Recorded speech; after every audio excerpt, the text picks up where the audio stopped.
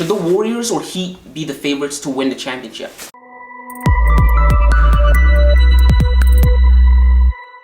My name is Emmanuel Kamia and welcome to League Talk. This is a channel about basketball. I make basketball takes. I give thoughts and opinions on what's going on in the league. So if you are into that kind of stuff, make sure to leave a like, subscribe, and enjoy the show. I know we have, well, the media has picked favorites that they think will win the NBA championship. These favorites, of course, being the Milwaukee Bucks, the Los Angeles Lakers, the Los Angeles Clippers, last year's finalists, the Phoenix Suns, and Brooklyn Nets. But I wanted to make a video today about why I think the Warriors and the Heat should be in that conversation, the same conversation about title favorites. These two teams should be favorites to come out of their respective conferences. First, I want to start by highlighting the negatives of the teams I mentioned previously. These negatives are what I think could deter these teams from making it to the finals or hinder them from being the best that they can be.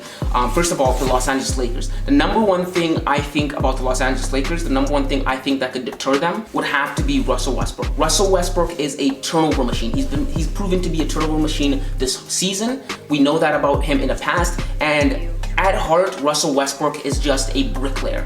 The guy cannot shoot a basketball to save his life. The dude cannot hit a lick if you paid him. And actually, a few nights ago, LeBron sat out, and I think LeBron could have played this game, but he sat out, and I theorize that he probably sat out to kind of gauge and measure where the Los Angeles Lakers are without him, how good of a team they are. And he ended up witnessing the Los Angeles Lakers lose a 19-point lead to the OKC Thunder, a very young, very inexperienced basketball teams in the Thunder. And this shows you a lot about, where the Lakers are without LeBron James. Not very good without LeBron James. And that's saying something, because this is a team that has Russell Westbrook and Anthony Davis. And that should be good enough to beat OKC, right? If I were to go back 2 years ago and tell you Russell Westbrook and Anthony Davis were going to be playing on the same team, you would think, oh, that should be very easy for LeBron, right? But evidently it's not, right?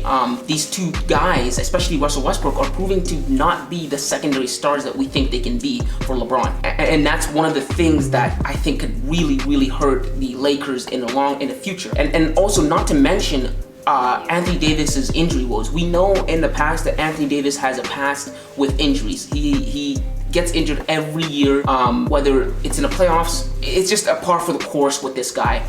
So those are really, really two things that that I could see hurting the Los Angeles Lakers. If Anthony Davis is not there and Russell Westbrook is playing and Russell Westbrook keeps turning over the ball, I can see that really frustrating LeBron James, and I could see that derailing the Lakers from actually winning a championship. That's a legitimate thing I think could happen. And so with them out of the way, I want to move on to the Brooklyn Nets. Now, the thing about Brooklyn Nets that we all know determines whether they win a championship or whether they go far in the playoffs is Kyrie Irving. Does Kyrie Irving play? Currently, Kyrie Irving is not playing due to the whole COVID-19 vaccine. He's not playing, but as I've stated in the past, this team does not go the distance. They do not go far into the playoffs if Kyrie Irving does not play. That's a major thing that could derail them from coming out of the East. And then the second thing I could see that could impact the Nets' chances of making it to the finals is the new rule that the NBA implemented about foul baiting. By the way, I made a video about this subject. I'll leave a link in the description below. I highly suggest you guys should go check it out, how it's impacting James Harden.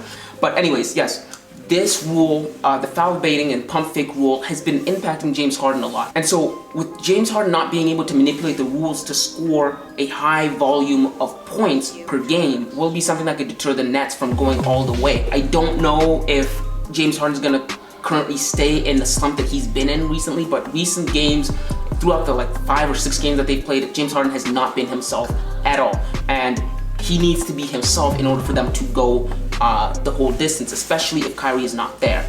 And so with them out of the way, let me jump to the Milwaukee Bucks. Everybody knows that the Milwaukee Bucks only made the finals last year because they won against a injury-ridden Brooklyn Nets team. The Brooklyn Nets were not at full health, and so that's already in their way. That's already an obstacle in their way. And also, another thing I wanted to mention is, in order for the Milwaukee Bucks to be as good as they were last year, Chris Middleton is going to have to be a consistent all-star level player in the playoffs. He's gonna need to play at that level consistently. I don't think it's in him to do it. Last year's playoff was an anomaly in which he actually stepped up to the plate.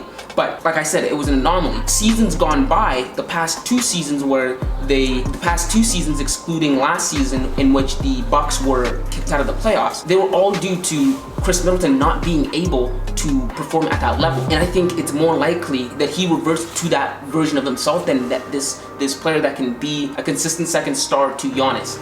And we all know that in order for the Milwaukee Bucks to go the distance, they need a second star. They need Chris Middleton to perform at that level. And I just don't think that's going to be the case. And so now that those teams are out of the way, I didn't even get to mention, teams like the Clippers. The Clippers, we don't even know what's going to happen with Kawhi Leonard. Kawhi Leonard barely plays nowadays. I don't even know if he's a basketball player anymore, right? The number 1 seed Jazz. We know what happened last year. They were hot all regular season, then crumbled when it mattered the most. So I can't take them seriously. Like LeBron said last year, you don't think of the Utah Jazz when you think championships, right? And so teams like that, I can't even, I can't even put them in a conversation. And with the 76ers, we know what's going on with them with Ben Simmons. They have a bunch of issues that they got to solve with Ben Simmons. We don't even know if Ben Simmons is going to sabotage their whole season. That's how bad it is. And so with those teams out of the way, let me jump to why people should take Miami seriously to be an actual contender for the championship. I think this because, honestly, I think Miami probably has the best roster in the NBA, and people sleep on this roster. The Heat went out this offseason and acquired even more to their personnel that they already had. They went out and they got Kyle Lowry, a very good player, all-star level, floor general player who can give you 20 points at least, at the bare minimum, at least. They went out and they got that. I'm a Toronto Raptors fan, and I know the value of Kyle Lowry, and Miami went out and got themselves a real one in Kyle Lowry. And not only that, Miami went out and they snatched up PJ Tucker from a potential playoff team that they would have to face in the playoffs, the Milwaukee Bucks. They went and they snatched PJ Tucker, and we know that a huge part of why the Bucks made it to the finals last year was because of PJ Tucker and what he contributed to that team, especially what he did for them physically, his shooting prowess and his defensive capabilities. I remember he was really physical with Kevin Durant. He really got in Kevin Durant, really disturbed Kevin Durant, and he's guarded Kevin Durant multiple times. When he was in Houston, he was guarding Kevin Durant when they would play the Golden State Warriors, and he did it again when he played for the Milwaukee Bucks. And I think he's a really good acquisition for the Miami Heat. And so now you have Jimmy Butler, Bam Adebayo, Kyle Lowry, and PJ Tucker all on the same team. That's a really good roster. Not to mention, Tyler Hero has been playing his butt off. Tyler Hero has reverted to bubble Hero. He's playing like how he did in the 2020 bubble, the smug face Tyler Hero. He's averaging currently 22 points, 6 assists, and 4 rebounds. And he's playing at an all-star level. So yeah, this roster is really good. And guys, don't forget, as we speak right now, the Miami Heat are 6-1. They are 6-1. So guys, do not sleep on this team, which is going to lead me to the Western Conference to talk about the Golden State Warriors, a team I think is a monster hibernate. First of all, Stephen Curry has been playing crazy. He's been playing at an MVP level. He's reverted to the Steph Curry we knew from 2015 to 2016. Every night is a highlight reel. Every night he's doing something crazy. And he is obviously propelling this team, fueling this team to be as good as they are right now. I love their roster as well. Andrew Wiggins is really good for them too. He's averaging 16 points and 4.5 rebounds through 6 games. Kevon Looney is really good for them too. Iguodala, it seems like he just knows how to play in Golden State. Like the age thing about Iguodala just doesn't, I think it's because he just had chemistry with these guys for so long that he just knows how to play there. And so I really like that roster. And another thing is, guys, like the Miami Heat, the Warriors are 5-1. And the thing that's very interesting about this is they're 5-1, and these 5 wins all include the Lakers and the Clippers, right? So those are some of the best teams in the league. And also they've done this completely without their second best star in Klay Thompson, right? And we all know how good Klay Thompson is. I know how good Klay Thompson is. And I just know he's itching to get back to playing basketball. I can see it on the sidelines. Sometimes he just looks like he wants to jump in there. And I cannot wait. I'm super excited to see how good the Warriors are when Klay Thompson comes back.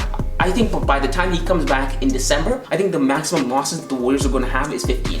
I think 15 is the max by December. And people aren't going to pick up on just how good this team is until they get a high volume of wins compared to the losses. So like 20-5. I think they're gonna hit that. So there you have it, guys. Do not sleep on these two teams. Do not be surprised if you see them in the finals. But those are just my thoughts on why I think these two teams should be favored, should be feared. And if you like this content, if you love this video, guys, make sure to leave a like. That I really appreciate that. That'll really help out the video. It'll bring it to other basketball lovers just like you and I. And if you're a new viewer, make sure to subscribe and click here to watch how the NBA foul baiting rule is impacting James Harden. And aside from that, see you next time, kids.